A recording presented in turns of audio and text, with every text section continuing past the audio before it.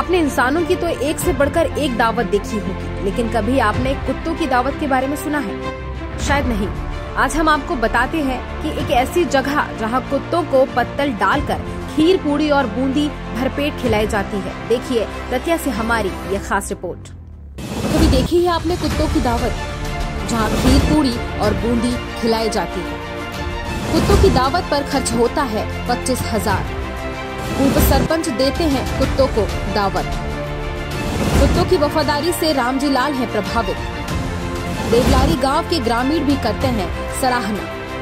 पत्तल पर पूड़ी, खीर और बूंदी जैसे व्यंजन उड़ाते कुत्तों की दावत देखकर आप चौंक गए ना? ये दृश्य है दतिया के केवलारी गांव का और ये दृश्य यहाँ हर साल नजर आता है।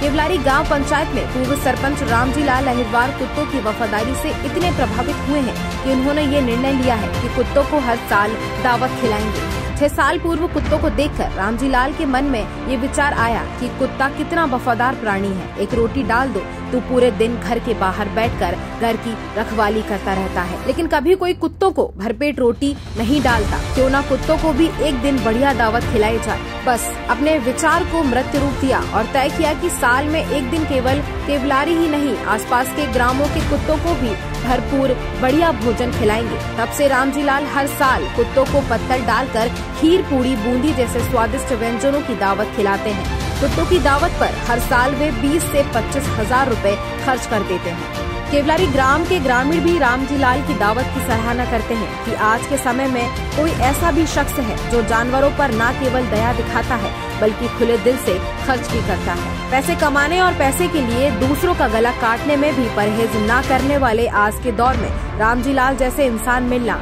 मुश्किल है, जो कुत्ते जैसे मूक प्राणियों पर निस्वार्थ भाव से हर साल दावत के लिए हजारों रुपए खर्च कर देते हैं। भाई रामजी हैं, ये सरपंच जी कराते हैं, 2016 से करते आ रहे हैं और लगातार करते आ रहे हैं।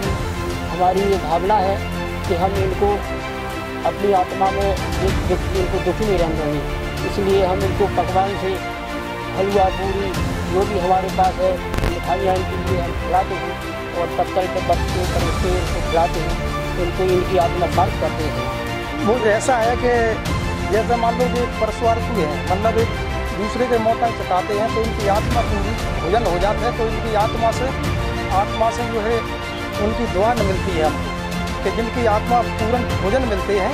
जब वे भोजन करके और जब सुसंत सोते हैं तो उस दिन जो सोचते हैं कि ऐसा कोई धर्मात्मा है कि हमको सुसंत भोजन मिले हैं, ना तो कई जगह झूठी पत्थरों पर लड़ते हैं, झगड़ते हैं और बढ़ जाते हैं, छट जाते हैं, तो आत्मा पूर्ण भोजन कराते एक बार तो वे जो सोचते हैं ऐसा कोई धर्मात्मा है, तो हमको इतना ही प्रशंसा मिलती है कि बहुत अच्छी उनकी दुआ मिलती है। भंडारे में पूरे गांव में चलते हैं हम, तो खेत में, खरियान में, गांव में कम से कम 100-200 के करीब तो लगभग आराम से करीब 200 के लगभग तो पक्के मान लो पूरे गांव में भी जाते हैं, खेत खलियान से जाते, मोटरसाइकिल से जाते, कहीं भूखा नहीं रह सके, पूरी जगह चलते हैं।